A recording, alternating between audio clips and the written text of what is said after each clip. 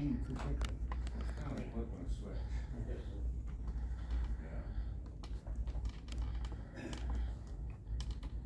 One extreme to the next. Might be able to change the other way around. Don't forget to change the lock this time, you'll be right on again. It's a good thing my phone does it for me here, it'd probably still be lost. I hear you. Something damn clocks are early ones, they're not that damn easy to set either. No. Some of them clocks, if we change the time, it's not even on set either. Yeah, this weekend, right? It's called the English clocks in there. Yeah. Sometimes it needs a big thing.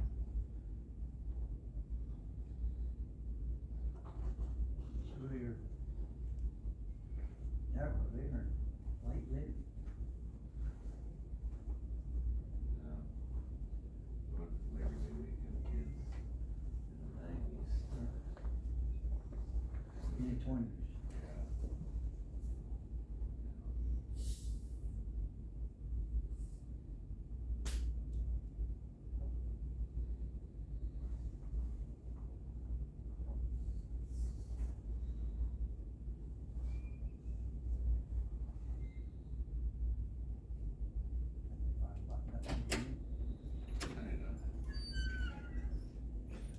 Kinda. That next weekend we went out and gave her, went through waters, put some posts in, concrete around them.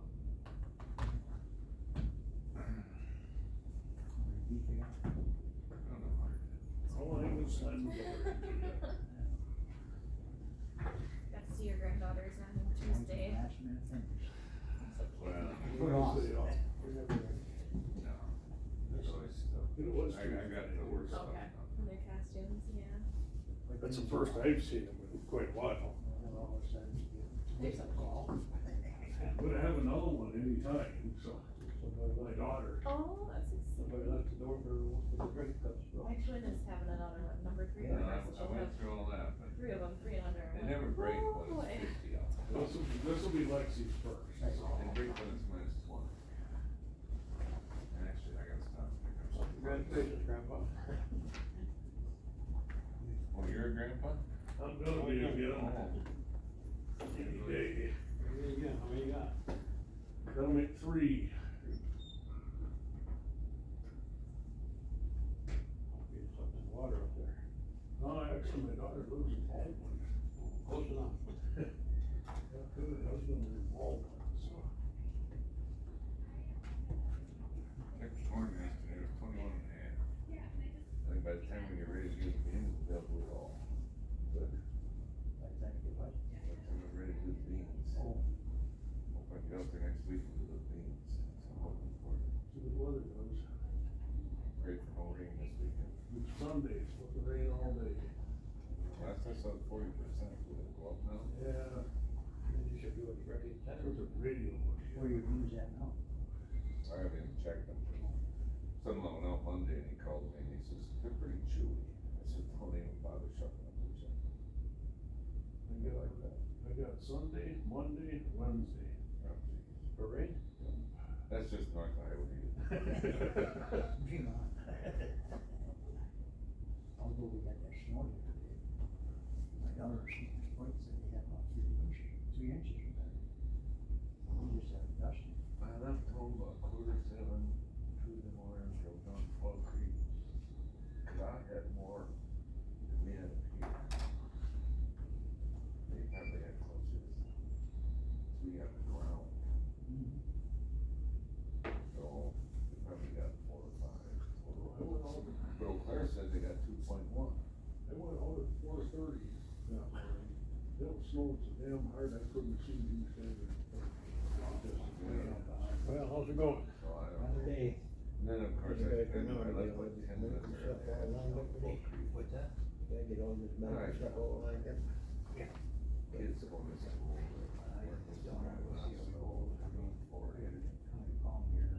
Then I got by this St. Louis, South Dakota, Cornell, all the way to Georgia Ford. There ain't no good place for that. No, actually, it's South What do you got? Then I got stuck by him all the way down there. Took the road last year. Yeah, they want to see if they're still kind of getting this way a little bit, so. How about There you go. Oh, yeah. So we kinda have to see all the plays and Yeah. So, John. we're gonna have to watch out for those people. can't give it. First Thursday. Thank you. Sounds good. Yeah. I always like it when I get chocolate. Hi, Bobby. Sure. That's one that somebody got bored. You guys still know that? Got bored.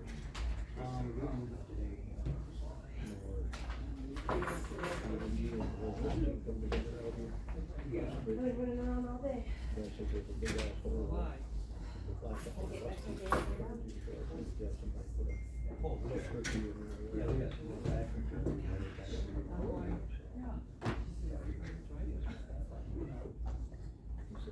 It's all,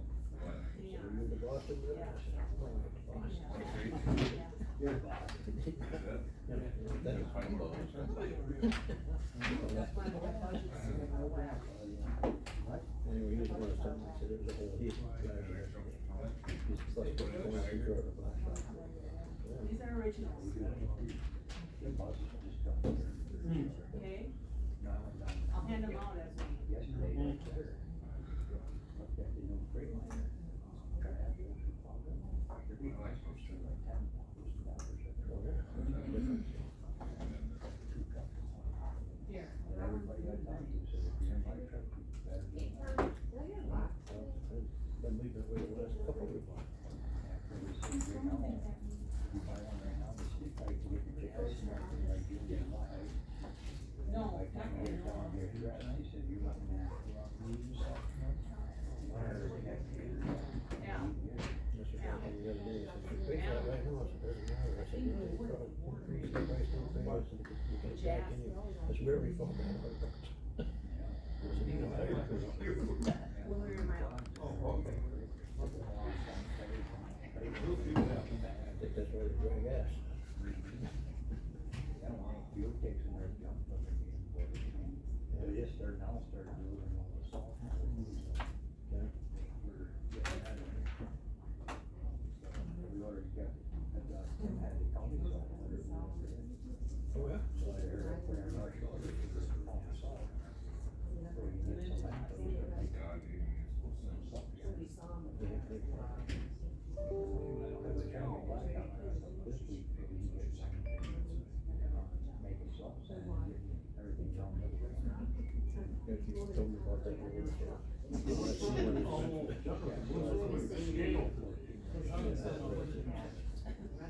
Well, it was doing some funny things. Alright.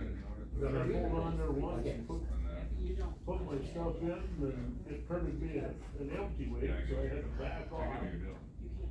It was the same load. Not like that. Probably 9, 10 o'clock, but it was okay right away in the morning. No, this one, I come in and loaded, You don't have any. and it printed it out like that was my tear weight. Did you, because I cleared out all the chair weights. No, this was 6 o'clock this morning. But then I backed off, and I come back and did it again, and then it printed the right packet. I don't know. I just it comes up with my calendar every 3 months to clear out all the chair weights, because it gets too big in the system. Okay. And then I thought, well, since enough, because I moved a day, clock the daylight savings time, which is like, well. Well, she said she. I was wondering what it was. Yeah, well, it was up anyways, where the minutes were off, so I got that right, and then I did the hour. Okay. What's on me? Oh. Yeah. Put the chair in here. Huh? Front and center. What you want to Yeah, do? this way. Tony's here. He wants to sit next to me. I wanna sit next to you. I see how I rate Tom. Oh, geez, you're Uh-oh. too. Now I'm in trouble. Just kidding.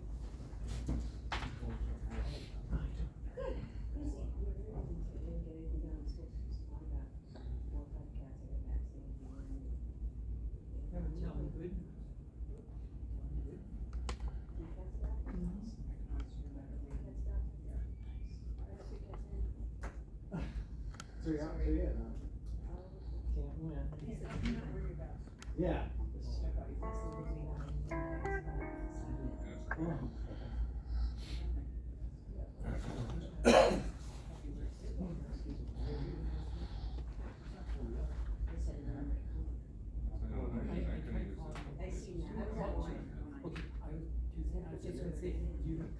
She's gonna sign up for one,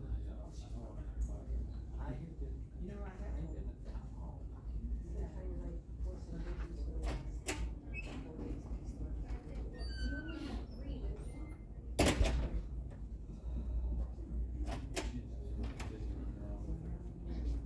She has quite a few. That's what I heard.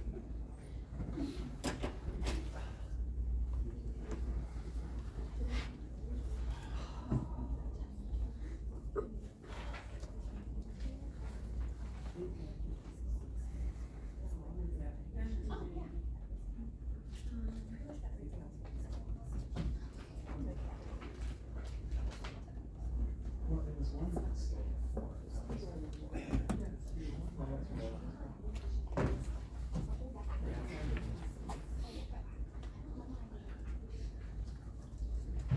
Okay, alright, yeah, thank you. Oh.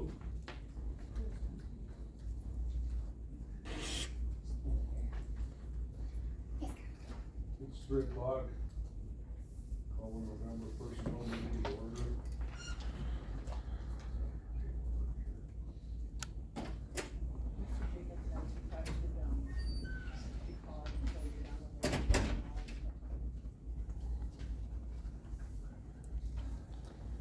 Has everybody had a chance to read the minutes of October 5th and October 18th?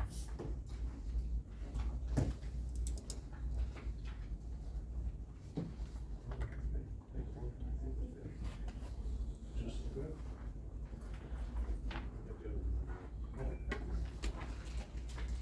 Got a motion to approve the minutes October 5th. Motion seconded. Questions or corrections on the minutes from October 5th?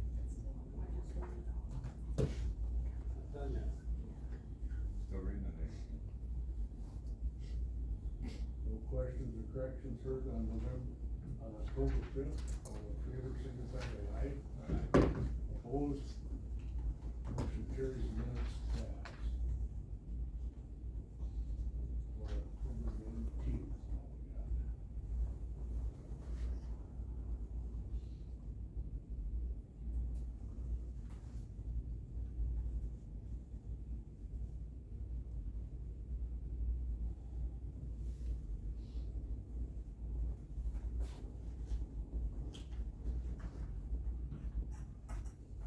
I'll make a motion. Motion's been made to approve the minutes of the October 19th meeting. Is there a second? Second by Mr. Undershoots. Is there any questions or corrections on the minutes from October 19th?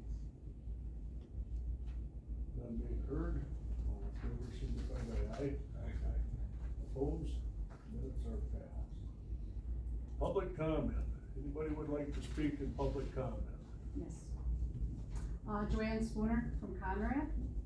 I'd like to express my hope that you vote to approve the job description for a full-time animal shelter assistant position.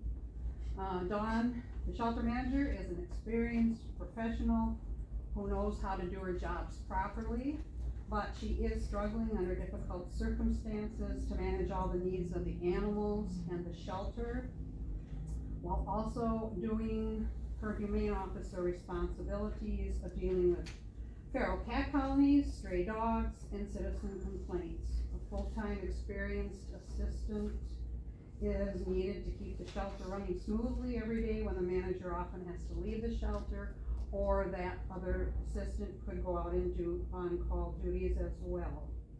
And I believe that the full-time assistant would be of a real benefit to the operation of the shelter, and the community would benefit from the manager having more time to go out and take care of the concerns of the community. So please approve this job description so that the process can move forward to make the full-time animal shelter assistant a reality. Thank you. Anybody else like to speak in public comment? Anybody else for public comment? Consider public comment closed. No, Rich, Ashley? Oh, no, we're just gonna make it today. Okay. Health and Human Services. Prevention. There's Jim. Yeah, he does, right? Yeah, I think he said we could go through the lesson. Right, yeah. You could go through the rest of the agenda and then, So he would prefer if we skip this and come back to it, I assume that. Is there any problem with that, the rest of the committee?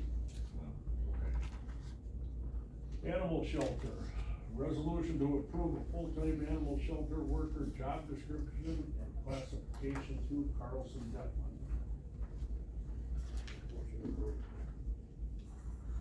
Motion's been made to approve.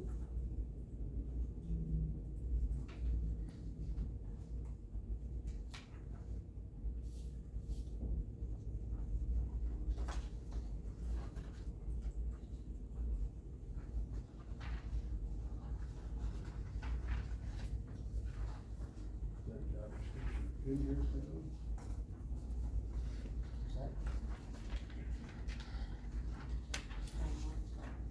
It's the third page. I have one if you need one. we should all have, should have got one email. Yeah, so That's in for there. the JDQ stuff. It's not the job description, that's the resolution.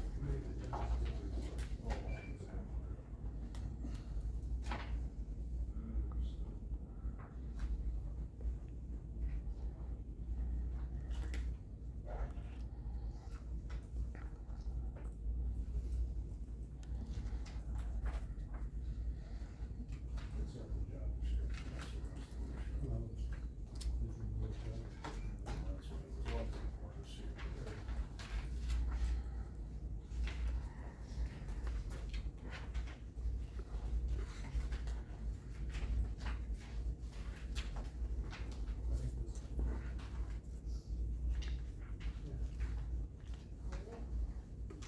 There's a lot there. Yeah. Put that up first.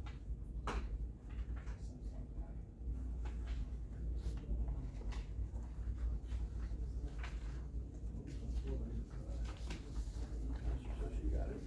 That's okay. Oh, that's it, resolution. Backside of the resolution. Right here. I have another one here too, if anybody. Is the job description It's down there. It's there.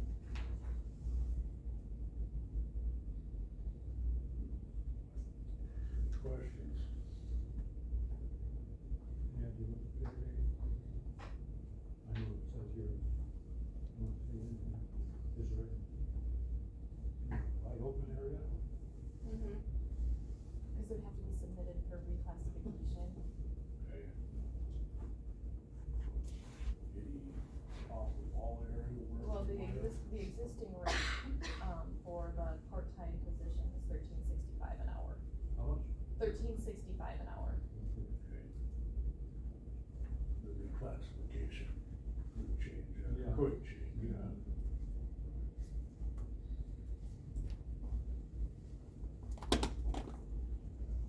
Are there any other questions? No. Keep on looking.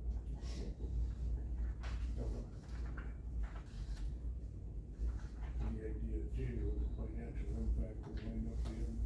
Well, what rate do you want me to throw in there, cause I have a spreadsheet that'll just put it out. So at the $13.65, the fiscal impact is between, well, if there was no, if the person chose no health insurance, it would be $32,364.84, up to, $53,559.60 annually, depending on benefits elected. And that's at $13.65. Yes. Is there enough money to, coming in from, adoption, pay for another worker or not? No, but you guys were looking at changing the fees on the, yeah, yes, but it wouldn't, I mean, I'm sure it would not amount enough to pay for the full time. And that's what, now 20 hours a week or what? Full time, No, this position. existing up to 20 hours a week, yes.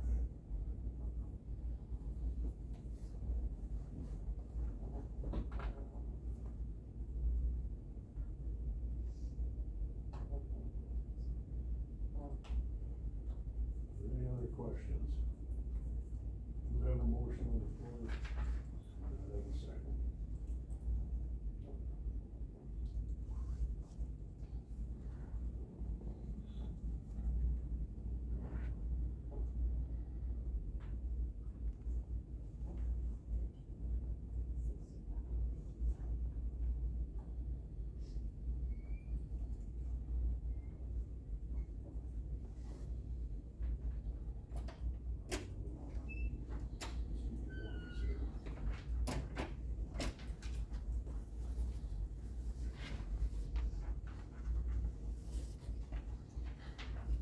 We don't have a second motion tonight, so I have a second.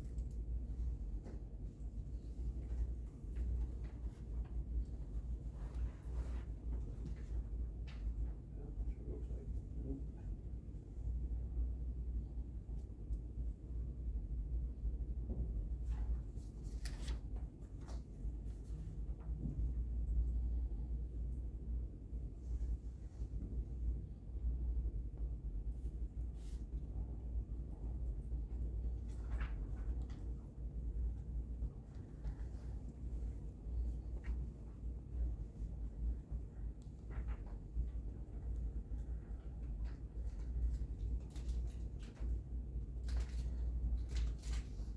There is nothing, I'm gonna say that the motion's gonna die for the lack of a second. I do not have a second. We have a motion, but I do not have a second.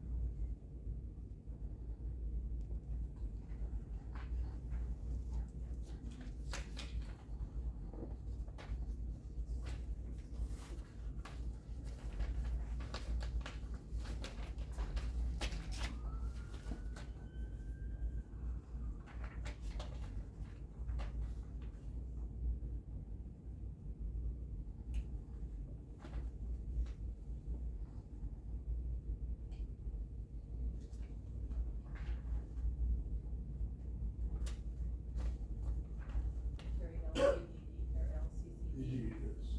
Yep.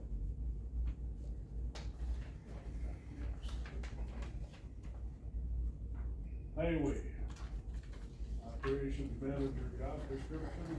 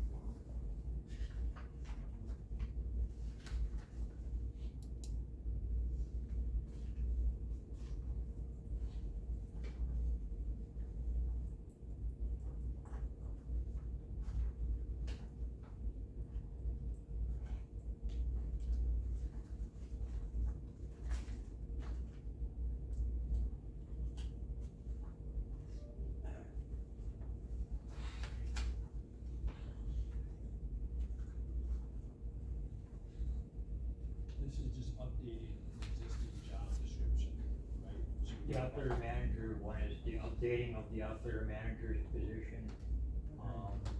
Re-skilling it, to put our shop foreman back in hand. So basically, it was, at one point in time, the operator manager had like 3 duties and we were splitting it back up, you know, to put the shop foreman back out there, but we have a guy full-time in our equipment to maintain and, keep better tracking on our vehicles.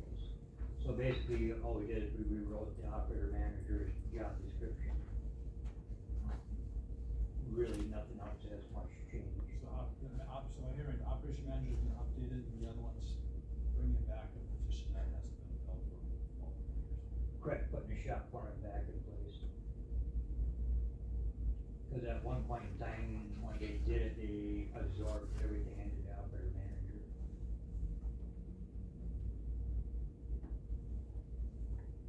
So this has gotta be a package deal. Or it sounds like it's a package deal that at one, we gotta do both, or? At one time, we had a shop foreman and everything there, and then, I don't know whatever happened, but they combined a bunch of it together where operator manager does not have adequate time to, maintain, you know, our shop and keep care of our equipment.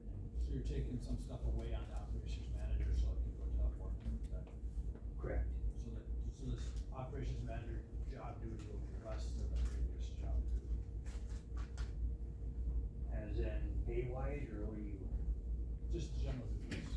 General, yeah, we're lighting up the load because he was carrying weight of 3. It kinda wound up like Andy's job years ago, cans like kicked around the road, and things kept getting piled on, so things started slipping through the cracks, cause it wasn't tight.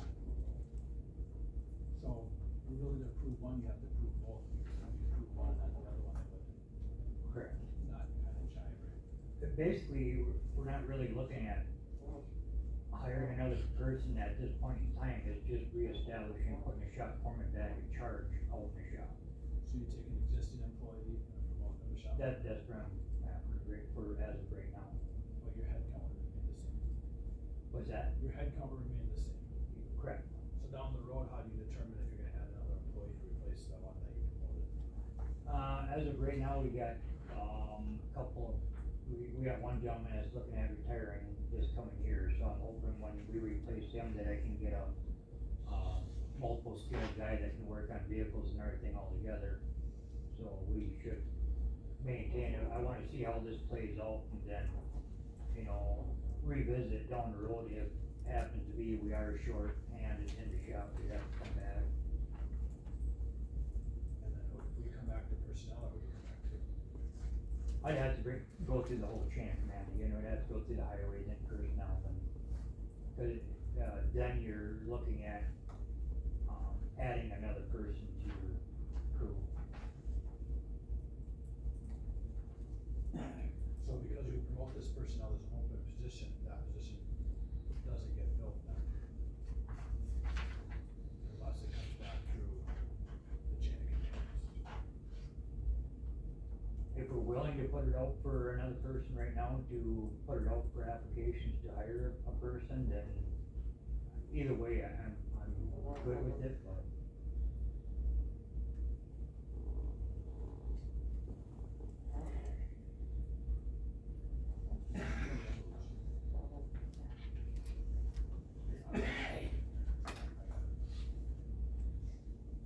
Cause even being as a shop foreman or whatever, there'll still be a working opinion. You know the financial impact of this?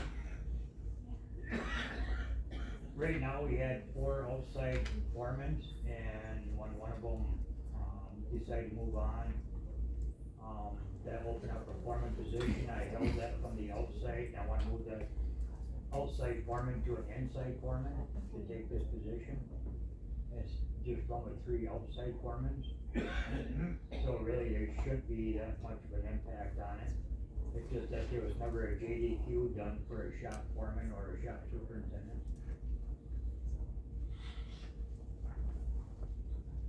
Is it too late to change these two around here. Cause I think really we should be talking about the shop foreman, the way the discussion started here so far, before we Correct. talk about operations manager.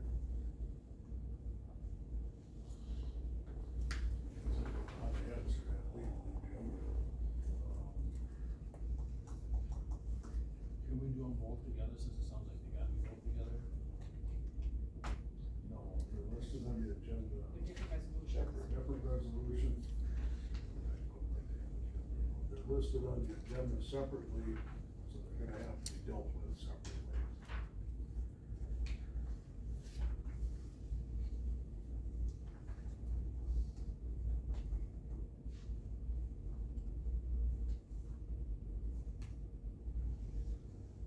So what currently does the parks manager do? The park manager, does all of our part ordering, all their inventory all the time. And does the invoices, the first step in the invoices are all the parts that get ordered.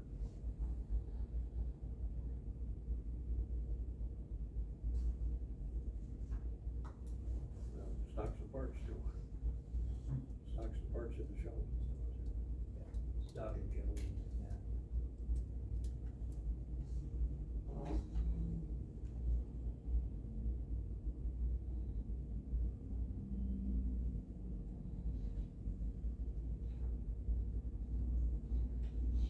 But if I read this correctly, the shop foreman will be a working foreman, Correct, so he will fill a spot on the floor.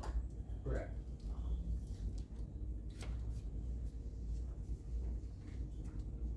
That is already being filled. I mean, right now, Right now, as of right now, yes. okay, so there's no additional employee, you're just, okay, right? Correct.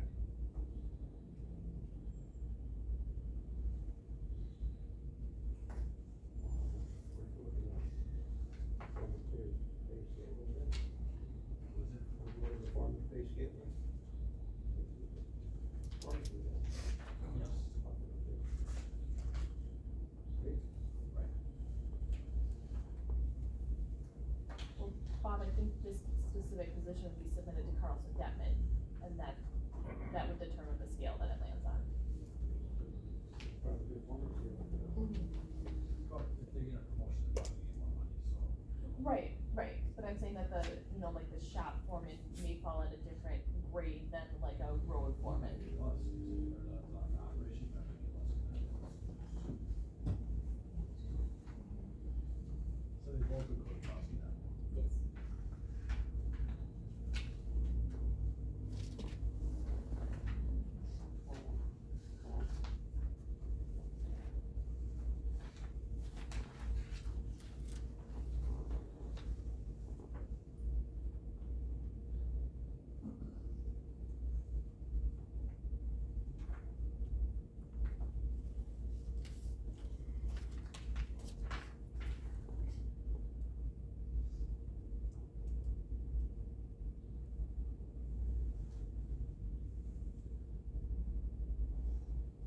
One time the parts one, the shop one, and it's split into two pieces. Like the quarter. Did this go through highway? You guys were. I missed that meeting when they finalized it. Bob, were you there? What was the general consensus of the committee? Good at that time. What do you think? The microphone. Well, no, it was after that. When I started, Mike and I started, it wasn't split yet.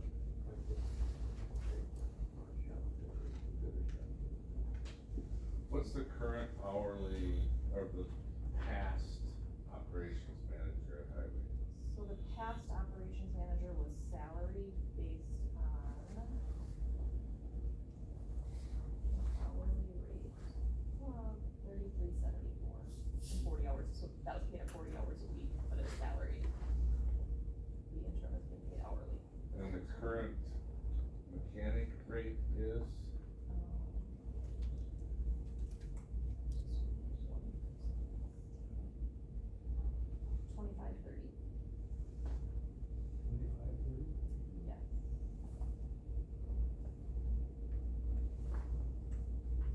know it sounds like quick math, by the time you do these two, it's gonna end up being close to a wash. Mechanic's gonna get a little more, but we're gonna be starting the operations manager possibly Let me a look little at the bit scale more. here quick too, because just because that's what they were making, you know, the starting on the scale would be different as well. All you're gonna have is operations manager, right? Well, I have, you know, I can see what the grades are for the mechanic versus operations manager, so. Highway operations manager is a grade 15. Which starts at $30.67 per hour, and mechanic is a grade 10, which starts at $23.30 an hour.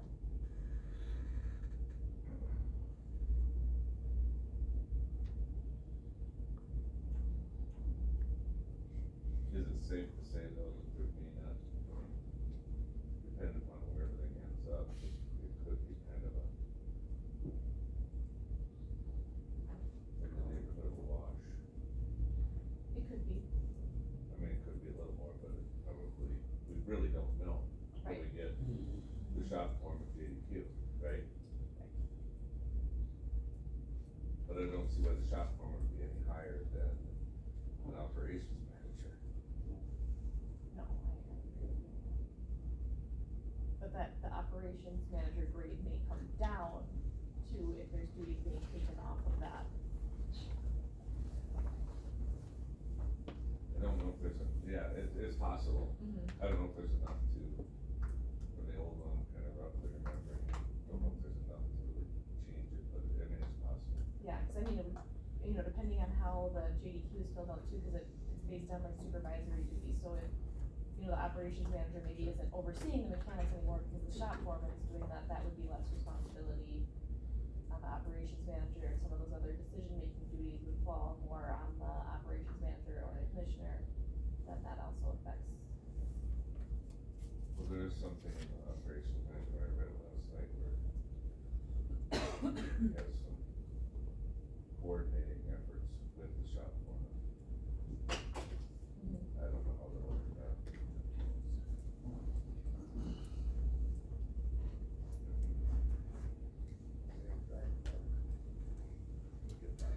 My own opinion, may not be, it might cost something financially that I don't understand. My own opinion, I think they should be split, because I think you do have things that fall through the cracks when you got people too overloaded.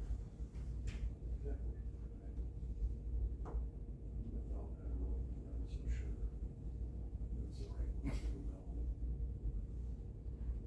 I agree with you on that. That's absolutely.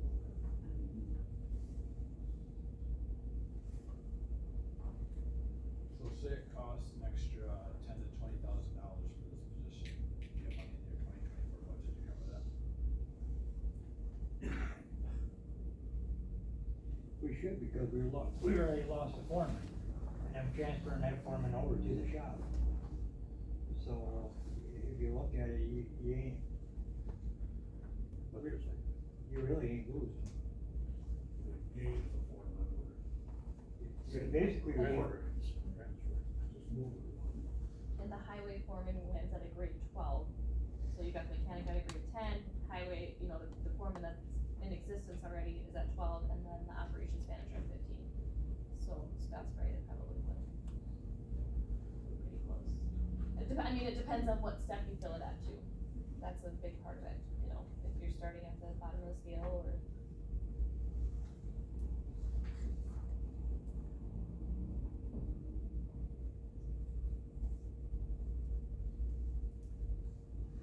Scott, in your determination,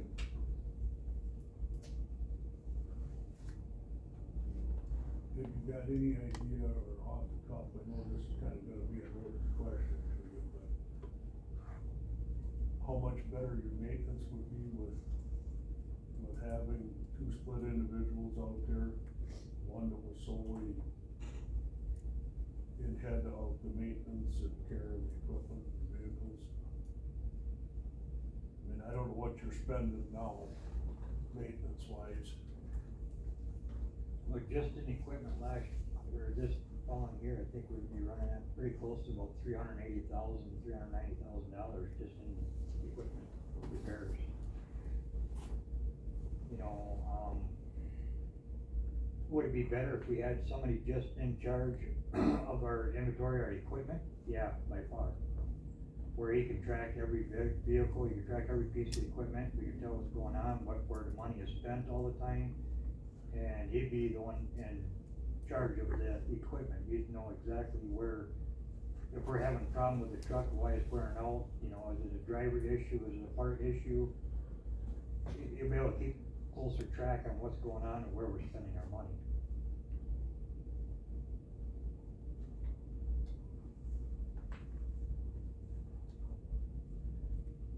And you have enough work yet on top of it to keep the parts manager busy. Yeah.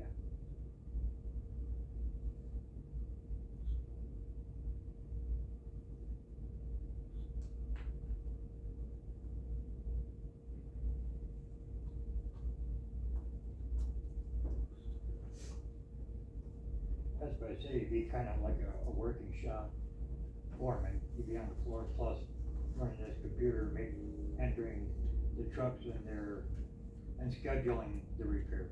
That's gonna be his main thing, is scheduling repairs, make sure everything is getting done. I guess one of my concerns with this, is I don't wanna see this turn into where he starts doing a bunch of other stuff and then we need another mechanic. That's my concern comes in.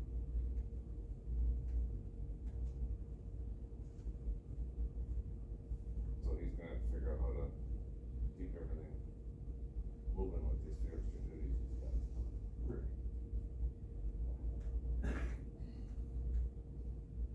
A lot of farmers are working for me, aren't they? Yeah. They're on other jobs. Well, Mick Fuchs handles a lot of the stuff right now too, and that's what I say, he'd be the next one possibly for retirement. I know there's talk about it, whatever, so, you know, he does a lot of the inventory and stuff like that. Where Nate's in charge of, we're a parts guy, he's in charge of the parts room, inventory, everything in there, at the end of the year closeout, to everything, Nate is responsible for that, plus putting the invoices in the computer. And where shop foreman is gonna be the overseer of the parts person and scheduling all the stuff coming in to work on, because we do get stuff countywide to come in there to be worked on. So he'll be in charge of making sure everything is scheduled and getting in there and out of there, plus the parts and everything handled on ours too. And you'll still be able to turn wrenches on the county vehicles, too. There's a lot of breakdown that comes up though too, and has to be done.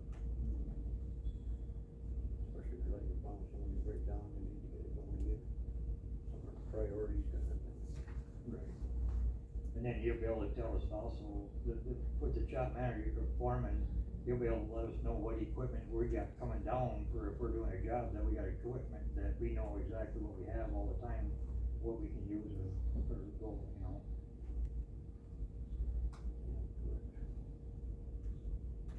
And he would be also the shop foreman would be our main, guy on letting us know which vehicles will need to be moved out, you know, got rid of or whatever.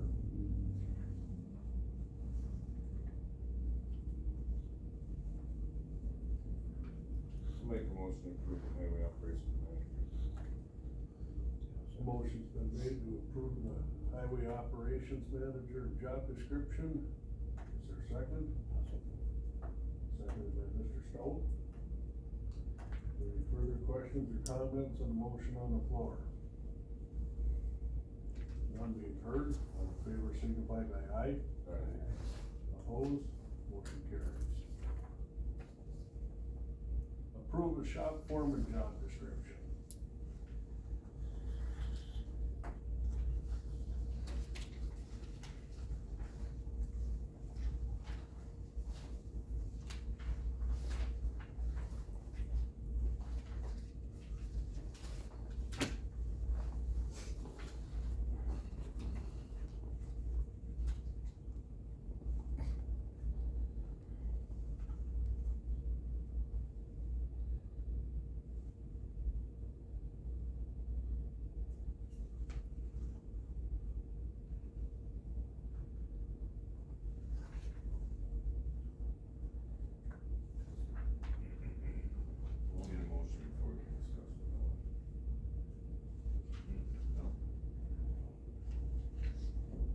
What's the thought process behind inspect shop and building facilities to determine proper utilization, maintenance, and adherence to safety regulations?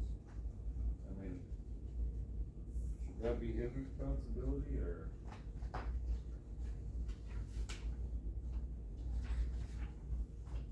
Actually, Jim, we can answer some of that, Scott's behalf, but that falls on me to turn it into management right now, if something in the shop is unsafe, whether it's the wheel fell off, replace it, if a jack fell off, anything electrical that isn't right, that falls on me to turn that in right now, so I can imagine the shop foreman that would fall the same way, I would think. Is there actually that much of a change that you're asking for? The job description? Well, the one from shop foreman would basically be, I don't know, did you use anything old when this was written, or? No, I took some old out of it, I used some of the old ones, but I incorporated some from other counties that we've seen. A lot of this stuff is just common sense.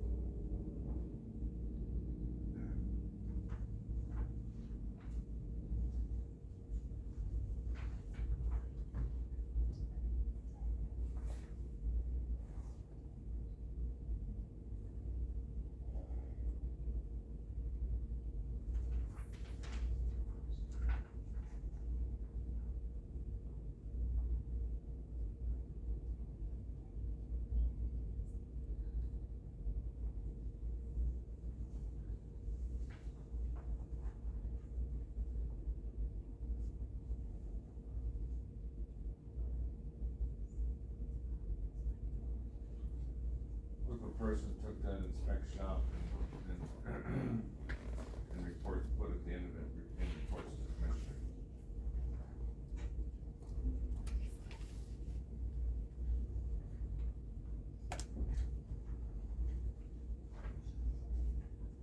Second line.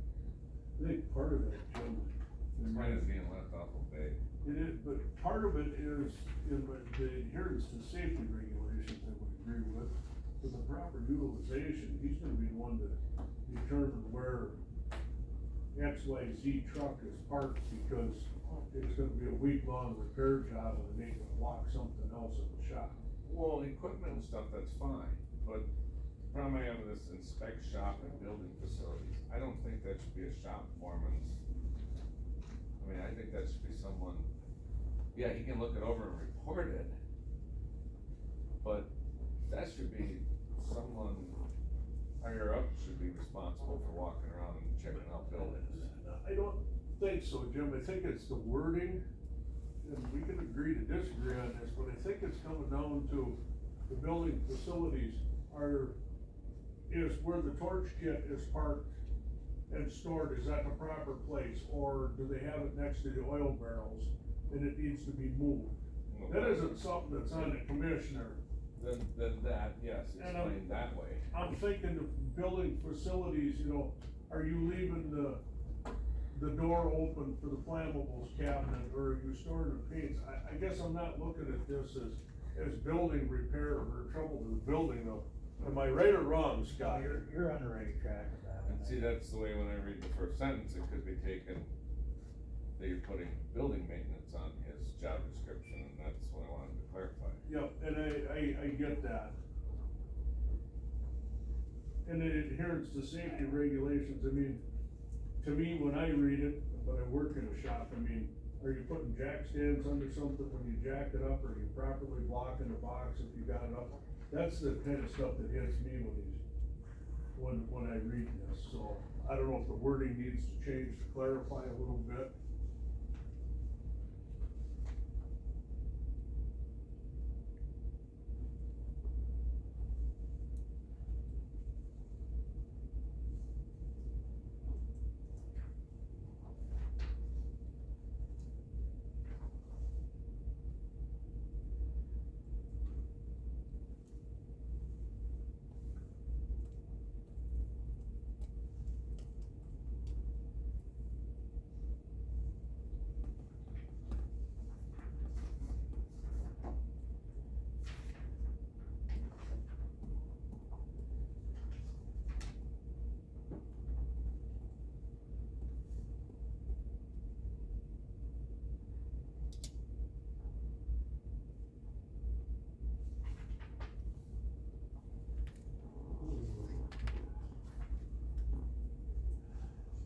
Motion's made to approve the description of shop foreman.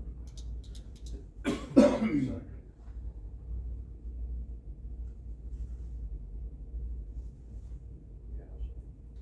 Seconded by Mr. Stoll. Is there any further questions or discussion on the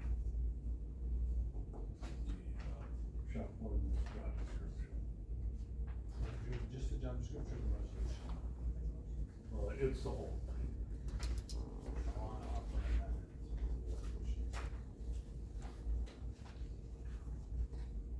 So between lines 8 and 10, another whereas, this position will be filled from an existing position and will not increase highway department headcount. So basically, you put in writing what you're saying.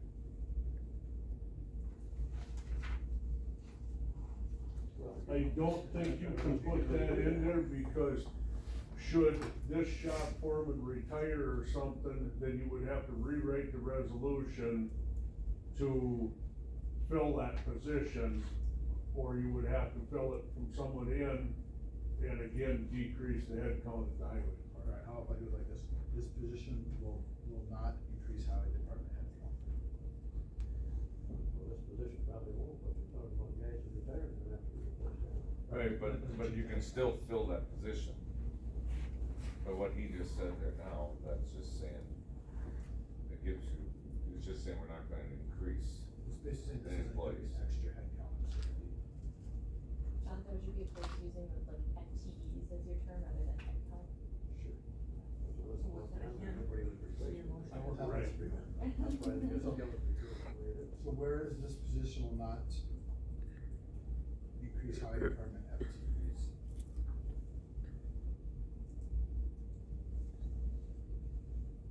I have an amendment to the motion that's on the floor. Is there a second? I'll second. Seconded by Mr. Meyer. Is there any further questions or comments on the amendment?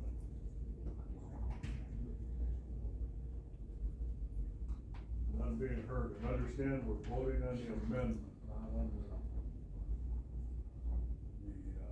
motion that's on the floor now. On the amendment, all in favor signify by aye. Aye. Opposed? You are? Okay, Mr. Stoll is opposed. The amendment does pass. Now, back to the original motion that's on the floor to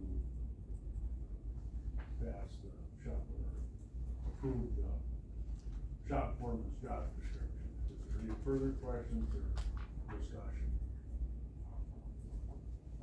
None being heard, all in favor signify by aye. Aye. Opposed? Shop foreman's job description is passed.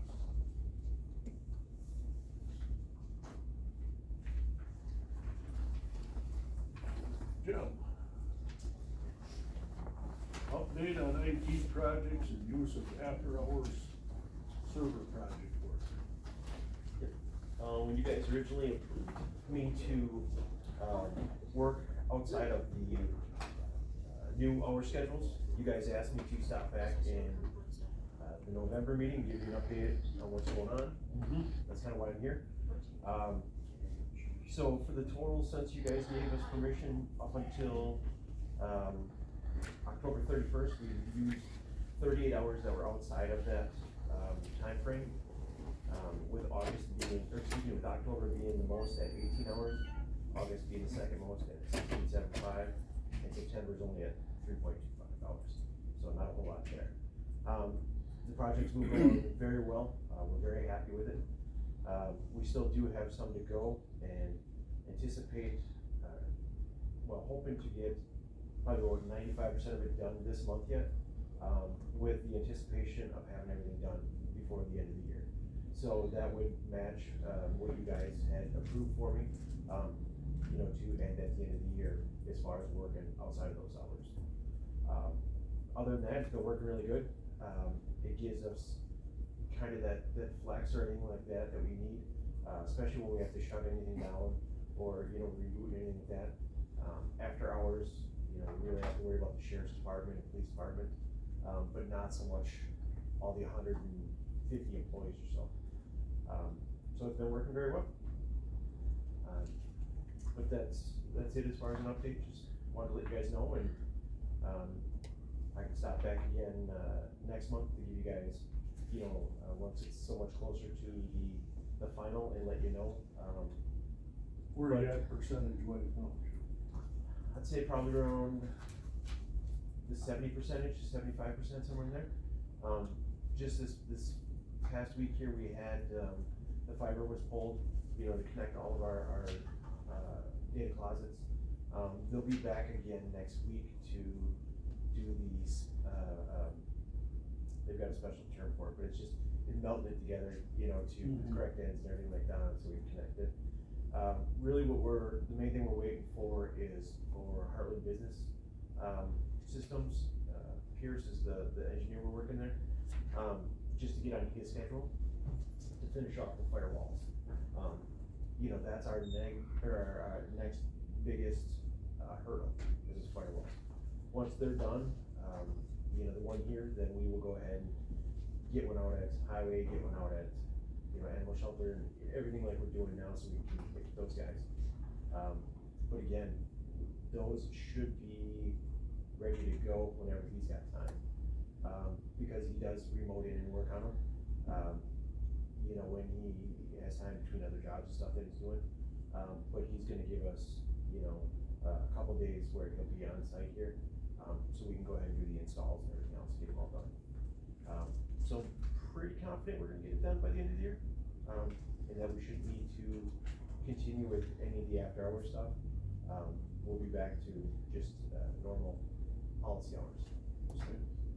Any questions for Jim? Then we did approve that through the end of the year. We did. Yes. Thank you. Alright, thank you guys. Ashley? Okay, so this is a follow-up to, the side letter that the sheriff's office presented to you, last month. Mr. Unterschutz requested a specific policy for county employees, so this would be amending chapter 6, section 2 of our handbook, options for unused PTO. So the changes are in there. I don't know if your packet was in color or not, but the changes are highlighted, or underlined, I mean. I think it's like the last page, Alan. Last page. Mine is all mixed. Oh, okay. I don't know.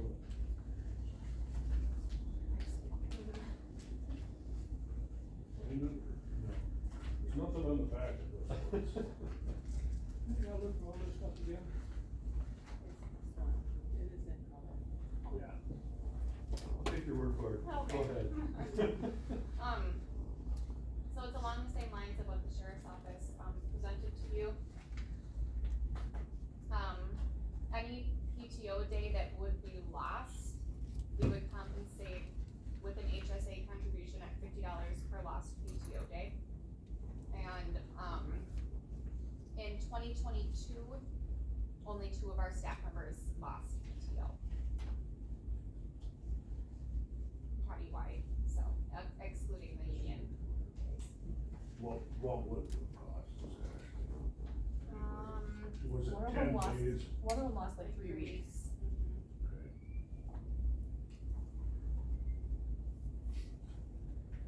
So, that would be $750 there.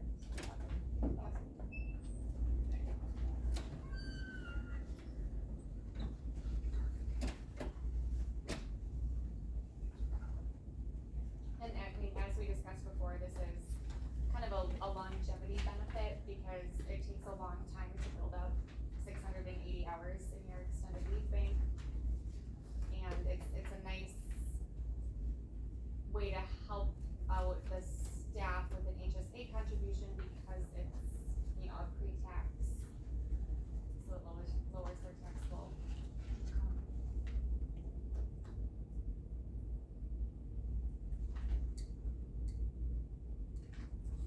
Is that what you were looking for, John? So, yeah, it's pretty much the same thing, just, yeah. For county, yeah.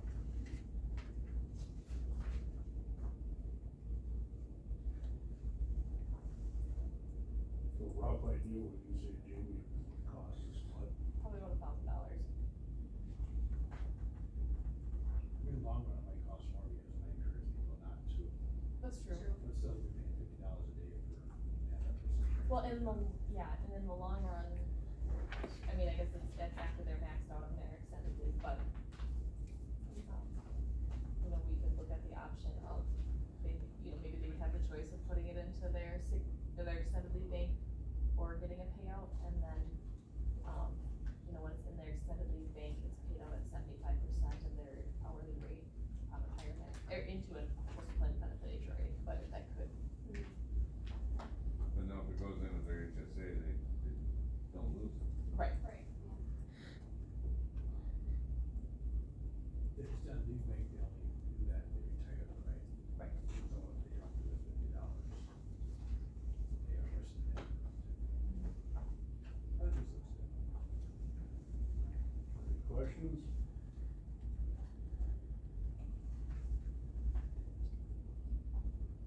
I'll make a motion to change this. Motion's been made to approve the changes as presented. Is there a second?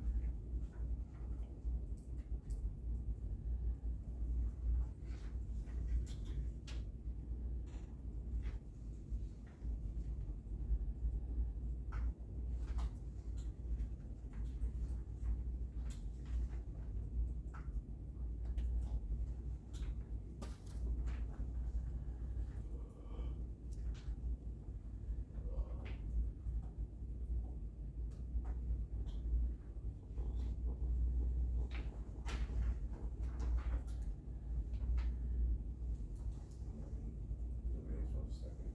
Again, I will ask, is there a second? I'll second. Motion is seconded. Is there any further questions or discussion? Motion on the floor. None being heard, all in favor signify by aye. Aye. Opposed? Motion carries.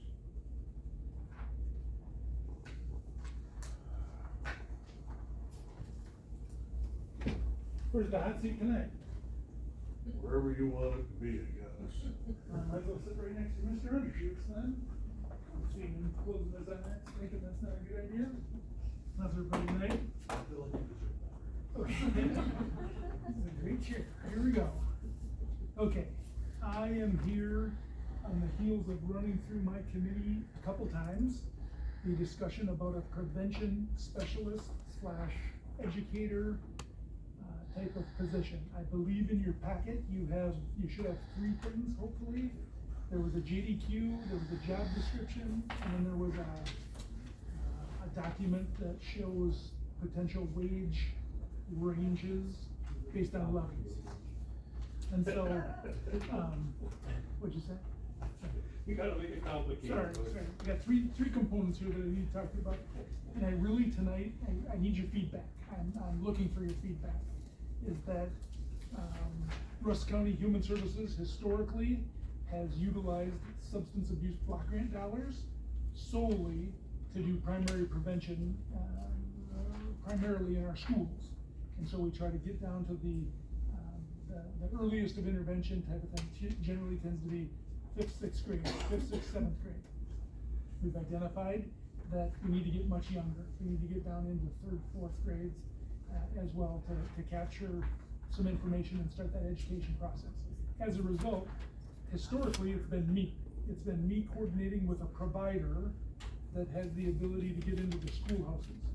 This job description is to create a point person, not only for that effort, but also to kind of drive our opioid settlement allocations.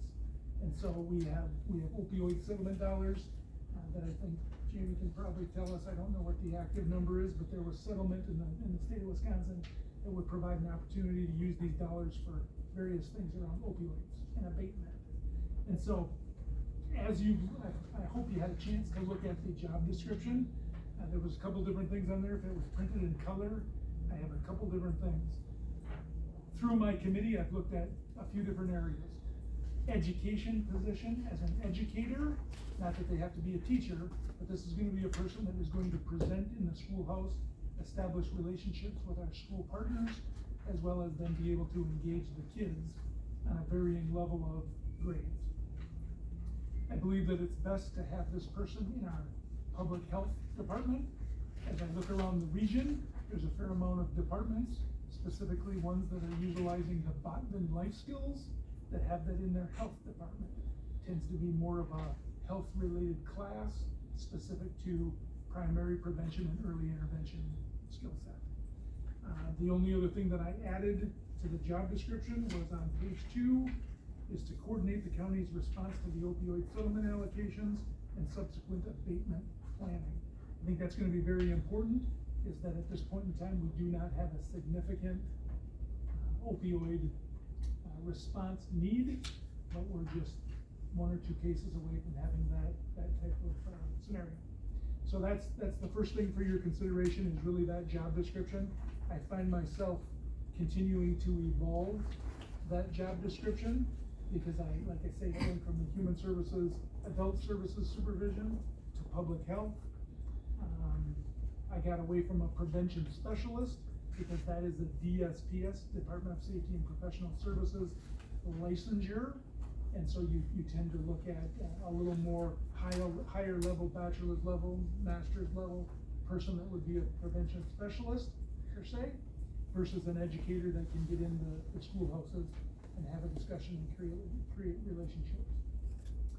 Part of that job description is right now we only, when we do a contractual agreement with one of our community partners, we're only in 2 schoolhouses. We're in OLS and Flambeau. And so we've only been able to do and create through that partnership the ability to get into 2 schoolhouses. That's not good. That does not feel very good. And so we need somebody that is a point person full-time, has that ability to create those relationships. So then the second bigger document that you have is our process of the job description questionnaire. I've went back and forth on this thing 300 times as well, because you talk about percentages of what they do, what their function is, relationships that they create, and sustainability, and then all the working environment types of items. And so, like I said, specifically looking for your feedback, looking for hopes, desires, scrap it type of discussion with you tonight.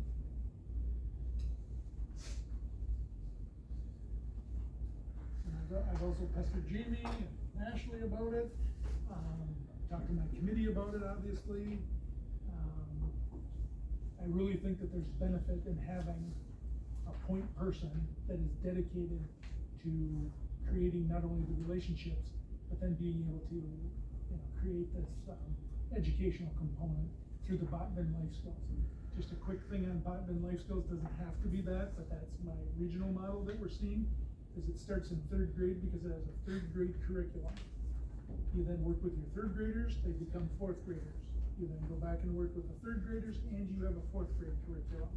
so on and so forth, all the way up to 7th and 8th grade.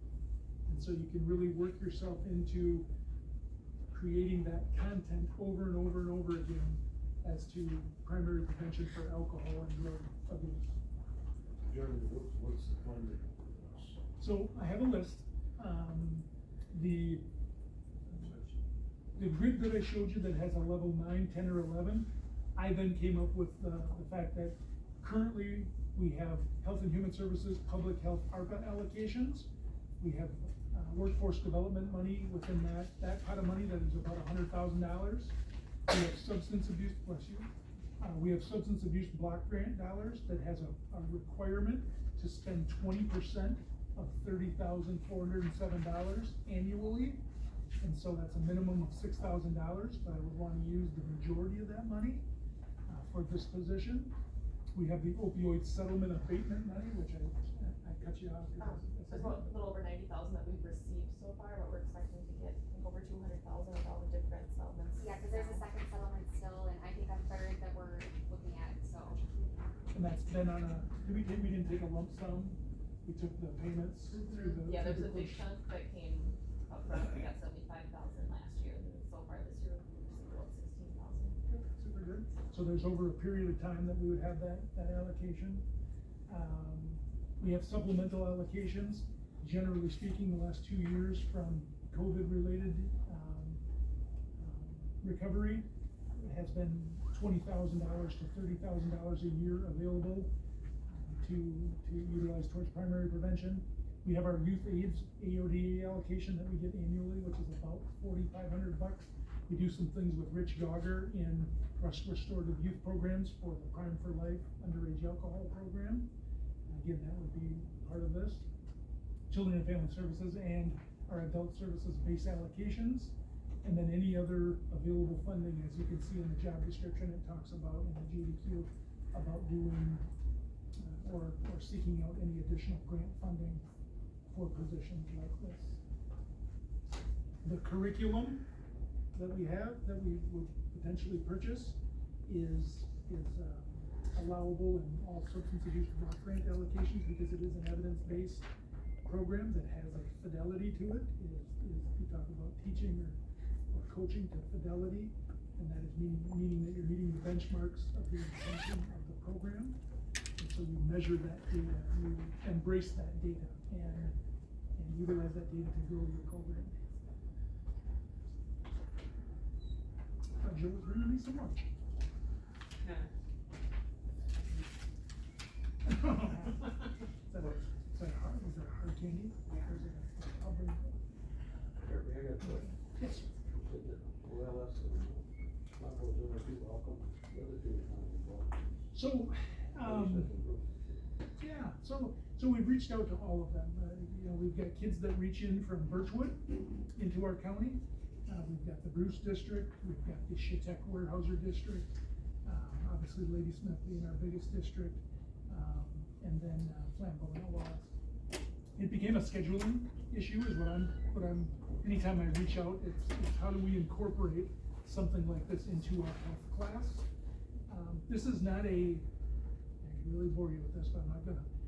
This is not an all semester kind of thing. This is a point in time, short,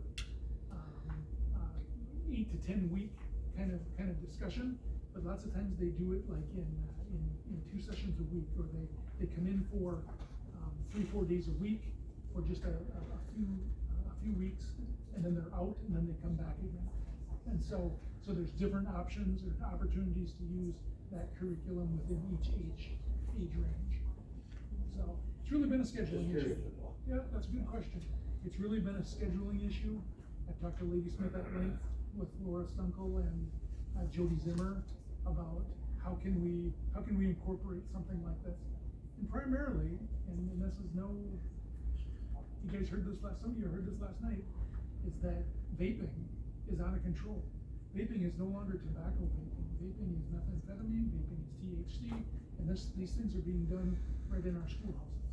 And so I happen to have a 3rd grader, scratch that, 4th grader, and as a result, they know about this. These things are are being discussed in my son's class. And so, not only as a parent, but as a person responsible to treat both ends of our spectrums, I think this is important. So, this is not an end-all be-all tonight. I don't expect to walk out of here and start drafting a resolution to create the position. But I just wanna get your feedback, and you don't have to give it to me right now. You can take these documents home, you can come see me, you can email me, you can prank call me in the middle of the night if you choose to, cause I'll probably be up, and we can talk about, suggestions that you would have around this. This is something that we've talked about a little bit in conjunction with other programming that we have in the county, and yes. I have one office left in our department that, they can take mine because I'll become mobile. You're just itching to fill that one Well, office, is that the? that one office is my office, Mr. Ducell, and so, I do have the ability to just be mobile because I don't have a big footprint. I don't have a lot of books and binders and all kinds of things that you're kind of looking at how I roll, and so I have a stand-up desk, but this is how important this is. Right. And a green screen behind me, so you don't know where I'm at. But again, we've got some common spaces that we can utilize. But that, to me, that cannot be a detriment of where I land if we're trying to measure it up against what we're trying to do. Jeremy, is this something that's being run in other counties? Yes, in fact, I'm patterning this after Buffalo County a little bit. Is that Buffalo County is a super small county like us. They join forces with Pepin on a lot of things, and as a result, they have a health educator that this is what they do. They are out in the schools and they're doing the Botman life skills. They started out at just doing 3rd and 4th grade, and now they're doing 3rd through 7th grade. And so they are, and again, it's going to take time to measure. So it's not going to be next year that we're going to say, hey, this thing is working. Okay, but the way you measure this takes time, because you're talking about kids. You can immediately look at, the Rich Gauger types of things, Rusk restorative youth programming. How many referrals are coming through for tobacco cessation? How many are coming through for, vaping or athletic code violations? We have to, a part of this job description is really to talk about what do we do and how do we measure our data. And so obviously then down the road, you'd like to see less folks that would need alcohol, drug abatement as an adult or even young adults. So that's gonna take time to measure. And how do you determine success? It's varying. Recidivism is a big deal, but also just, are you dealing with deeper end placements? Are you having to send more and more people to residential treatment? Do we have people incarcerated because of methamphetamine use and these kinds of things? We hope to get that education out so that they choose it as a path.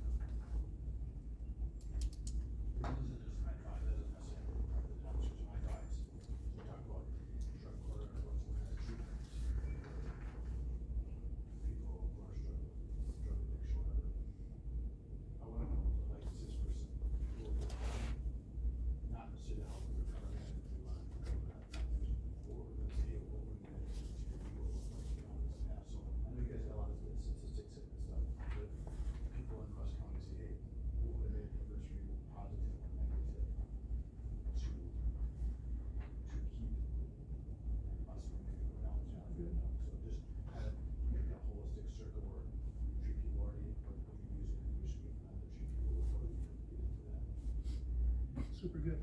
So as a part of our community health assessment and subsequent community health plan that public health does, those are one of the questions that we try to get at is, if you identify mental health, substance abuse, and healthcare provider availability were kind of the top 3 or 4 that we ran into. What makes a difference is the key, and that's what they try to get at from them. What do we do from a planning standpoint? Is determining, hey, if you're in agriculture and you don't go to the doctor, folks that are in agriculture, okay, generally speaking, they're tough as nails, and so they don't generally go to the doctor. They work when they're sick, they only go to the doctor if they have to probably go to the ER, right, Mr. Dusso? Okay, Mr. Meyer? And so their primary care physician becomes the ER doc, okay? Well, that's not preventative, that's all reactionary. And so as a part of that, community health assessment and community health plan, we wanna get at to where, how can we educate that it's okay to create a primary care physician? You don't have to go there all the time, you go there once a year, okay? And then how can we help you bridge the gaps of like, health insurance and some of those other things, because it costs money to go to the doctor. And so same concept as Jonathan is saying is, what could make a difference? That's what we've heard already, okay? So how do we start asking people that are in our jailhouse through Chris Soltis in our jail education, AODA education plan, is why are you here? And what is the potential as what drew you into this kind of lifestyle? Jeremy, why don't you let us read this, let it guess it. Come back with changes, suggestions. 100%. I wholeheartedly encourage you to take both documents and read them up, okay? Circle, delete, add, put your notes in there, tell me I'm full of beans, whatever you need to put in the margins, and then come see me, come chat me out. And if there's something we can do to work towards this, this isn't a tomorrow thing. This is a wish list thing, right? If I'm understanding you correctly, so I guess one thing, maybe a question I wrote during your discussion or explanation, do we need buy-in from the rest of these schools? Cause I mean, that can make a difference in this being a part-time position and a full-time position. 100%. And I think if on the GDQ, when I got down to like page 3, I think it's section 5, it talks about, superintendent, principals, and teachers, and describe the interaction. It's creating those partnerships so that they trust you. And so there's mistrust. Let's just call it what it is lots of times the schoolhouses, they don't think that we do what we're supposed to be doing. We're not removing kids from terrible homes and some of those kinds of things. And so we have to educate, we have to participate with them to have them understand how chapter 48 works and when we can and cannot do things. This is no different. It's getting them to trust that we're coming in the schoolhouse, not with a critique purpose. We want to educate our youth so that we can specifically, hopefully, have a broader reach on the other end.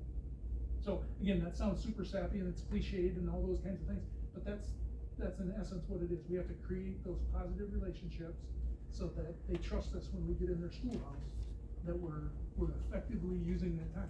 Plus they get credit for it. I mean, they get credit for their Do house. you think the ability to the buy-in is there?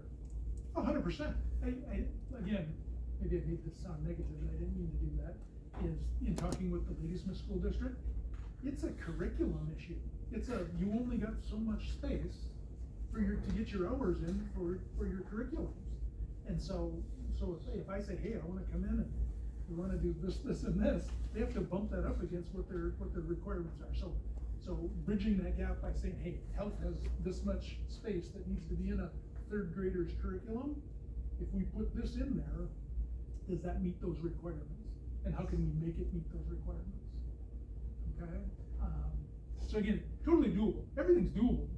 You just got to get the person with the right mindset to catch them at the right time. And even if in a year or so from now, I can come back to you and say, hey, now we're in 3 schools, that's progress. Okay? And here's the data. We had 65 kids go through this program. As a result, that's 65 kids that identified XYZ floors. We got lists with check boxes of how their exit is and their take on things, and we continue to work that forward. So, is it gonna be perfect? No way. We're gonna have some bumps and bruises, and Buffalo County gave me all kinds of things that are pitfalls. How long has Buffalo County had it, Jeremy? 2018, I think they created one position. Separately, Washburn County, they got what's called a STOP grant. I think that's what it's called, it's a STOP grant. It's a 10-year grant, and they did some of the same kinds of things, but they've got a whole unit that is assigned to primary prevention. So somewhere between Buffalo County and Washburn County is kind of where I wanna be. Is if I create a unit, then I really have no space. Now I gotta start kicking people out. But we're gonna talk about remote work. I digress. Okay, but that's the kind of thing is what's important to you, okay? And then how do you create those units? Okay, do we wanna be spending more money down here on deeper end residential services? We should be spending the money, bless you, we should be spending the money right here up front on education, earliest of interventions. So, again, I can make this sound super great and super easy and like we'll just start tomorrow. These are hard things. These are very difficult things to get into the schoolhouses and get them to participate. Get the kiddos to participate. Like I say, I think, I myself, I would like to sit up and read it. 100%. Scribble a page, I don't know how anybody else stands. I can tell you, I've made no bones about this. I'm a terrible writer. I write how I think. And so when you read the sections, most of these come out of the job description. But when you get into some of these things like, you know, where a person is spending a majority of their time, I want 50% of the time of this person to be out and about, not in our building, out and about with our schoolhouses, okay? But critique those things. I very much want you to mark it up and then come see me, email me, let me know your thoughts. So your vision of this possible, okay, I don't want to forward it, but, from listening to you and talking about curriculum and scheduling issues, are schools looking to possibly have this as whatever their, there's mods and whatever they call it. They're gonna have this as one session during their day? No, because I haven't got that far with enough of them to answer that question. Flambeau lets our provider, we contract with Aurora. Aurora has a therapist in there doing what's called Project Alert, another evidence-based program. It's 5th grade, 5th and 6th grade, okay? They go into the schoolhouse and they have 11 sessions. There's 11 sessions in the fall, and then there's 4 or 5, 6 booster sessions in the next spring. So same concept, repetitive. What are you talking, Jeremy? One session a week? Yep, like a group. And then One they just- session? Correct. So like, when you say group, like a certain age group of 2 or 3 classes? 5th grade. Are these all Just 5th grade? volunteer kids that want to attend? Nobody- Whole class attend? Correct, nobody is scaled to say, ooh, you've had a history of, you know, kicking the ball over the fence 5 times this week, you are trouble, so you're gonna be in this class. This is an all-inclusive, this is no, you're not singling out anybody, you're not doing any of those kinds of things. In fact, we would do messaging around the fact that if you don't want your child to participate, you need to let us know. And so we're not gonna force anybody into this, we're not doing any of that kind of stuff. This is, again, trying to couple it with a healthcare related curriculum. So. Do you see, I don't quite know how I want to word this, do you see any parents having reluctance due to the thought of government overreach or? Yep, happens all the time. And that's okay. And then I think that's where the informed consent and the full disclosure comes in, is this is the curriculum. You guys, when you get home, you got nothing else to do, type up Botvin life skills. Check it out on the computer, you'll be able to see it, there's curriculum, it's a very good website, okay? BOTVIN, check it out. And that's just one option, okay?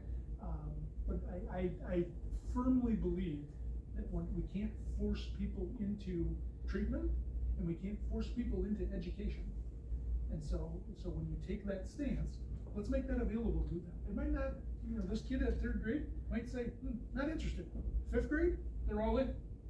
Or maybe they never come to the class, okay? I'm not gonna spoon feed somebody if they don't wanna sit in the class, because it's probably gonna be disruptive. And so.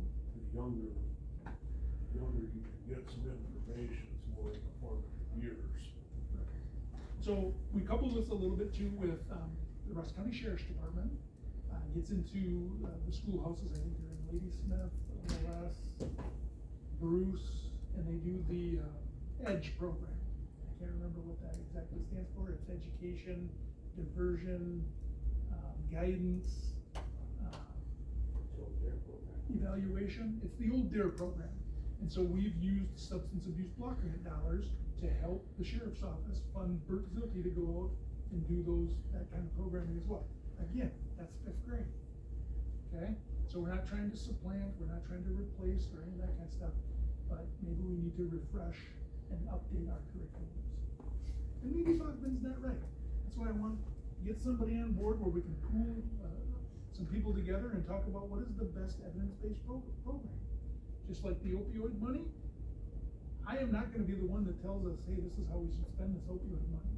We gotta have a little squad. I had 18 people in this room one day, and we did this little kind of opioid task force kind of discussion. Primary prevention and treatment were the two things that came out of there, and we had providers and citizens and all kinds of other folks in this room, and that's what flushed out. It was primary prevention, we wanna get our earliest of intervention, and then treatment, meaning counseling and some of those other types of opportunities for folks. I appreciate your sentiments, tear it apart, okay? One other thing that's happened, just so you guys know, in the treatment world, is if you have Badger care and you need residential treatment, like you go to a facility, you stay there, your Badger care now is paying for what's called the services portion of the daily fee, and then the room and board is the responsibility of the county. And so what we've done is, we can't use substance abuse block grant dollars, because now we're double dipping on Medicaid, and the same pots of money, so I got my hands slapped on doing that. But the county then, out of adult services, will pay that, generally it's about $1,200, and that is a drop in the bucket versus putting somebody in a group home because they can't function, community-wise. And so those things have freed up some of these other allocations that we can use for something like this. Anybody got any more questions? No. I appreciate Question I'd like to answer if you could, though, there's no good stuff here. We got going there around the Shackles Corporation family where they're suing now, where was the FDA when this stuff was all, when they're making this, where the hell are they at? They're supposed to be checking this stuff. So, Just kicking cans around somewhere, what are you doing?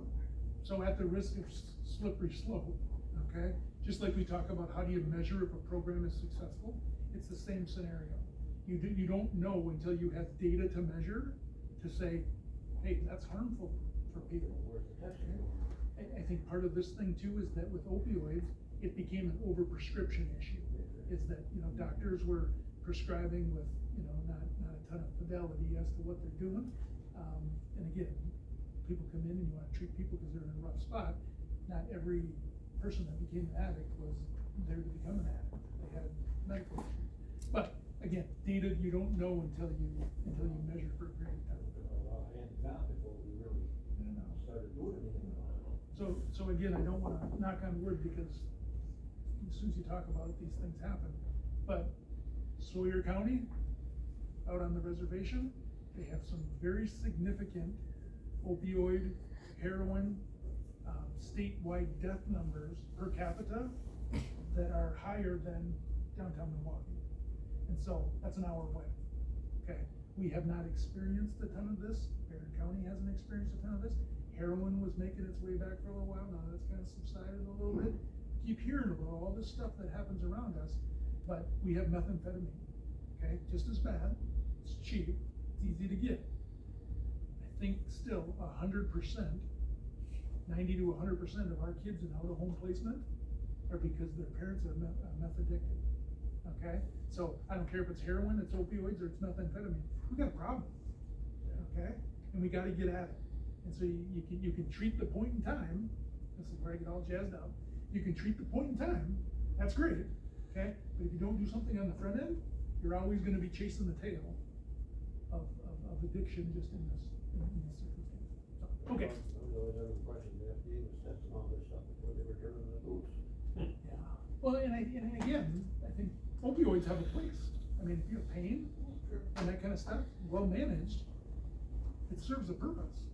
But it's when you can go to grandma and grandpa's, cabinet and you can swipe all their drugs, that's how things then get to where they're not intended to be. So this education should not be at the doctor's office, is that right? So now they have a registry, they have a registry now that they all have to. Yeah. Correct. You're not wrong at all, it's just, it takes time to figure out that, hey, there's things that. So, I appreciate you listening, thank you for letting me, take some of your time. I'm gonna keep working on this thing, give me the business, I'm serious. Mark it up, I expect an email from you, mark it up, critique some spelling and grammar and all that kind of stuff in there if you need to, and then really talk to me about what you'd like to see, and we'll keep working. Any question marks? I'll need a question mark, you can put all kinds of stuff in there, okay? Thanks, Jeremy. Yeah, thank you, have a good rest of your meeting. Oh, 100%, should I sit back down or should I stand down? Just when you thought you were ready. At this time, I would entertain a motion to go into close. There's another one under Health and Human Services, for that. My problem, my bad, sorry.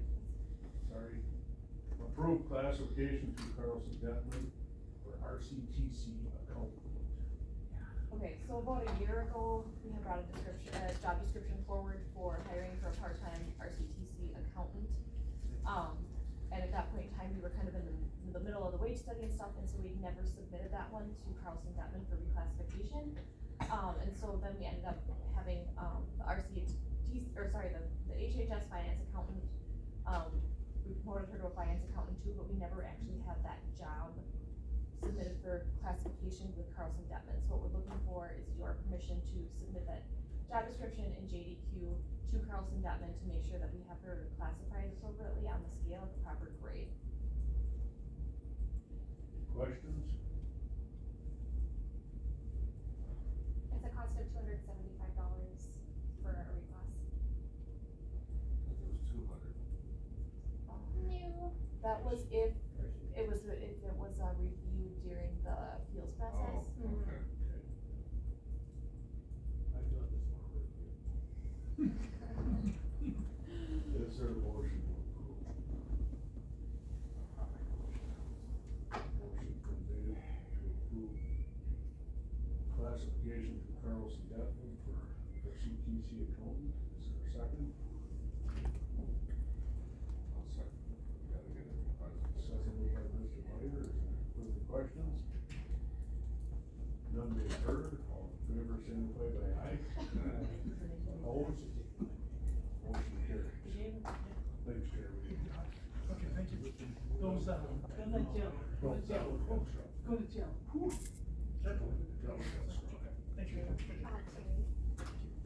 Since Jared is here, do you mind if we do the second closed session first? We can. That's fine. No, go on second. Okay. Sir? At this time, I will entertain a motion to go into closed session.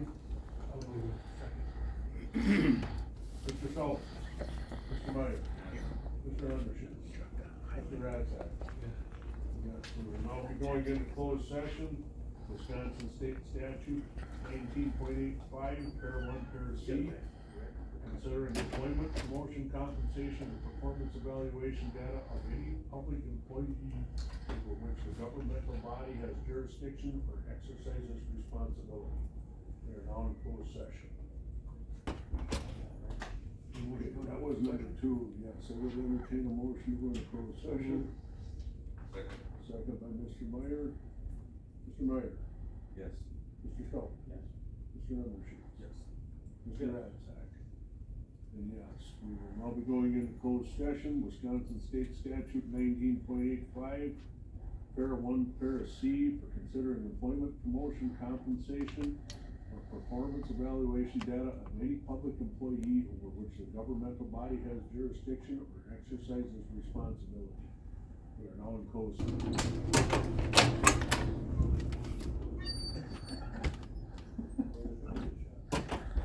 I have a motion to go into closed session. Second. Motion and a second. Mr. Stout. Mr. Meyer. Yes. Mr. Undershaw. Yes. Mr. Radstack. Yes. Yes, we will now be going into closed session, Wisconsin statute 19.85, para 1, para C.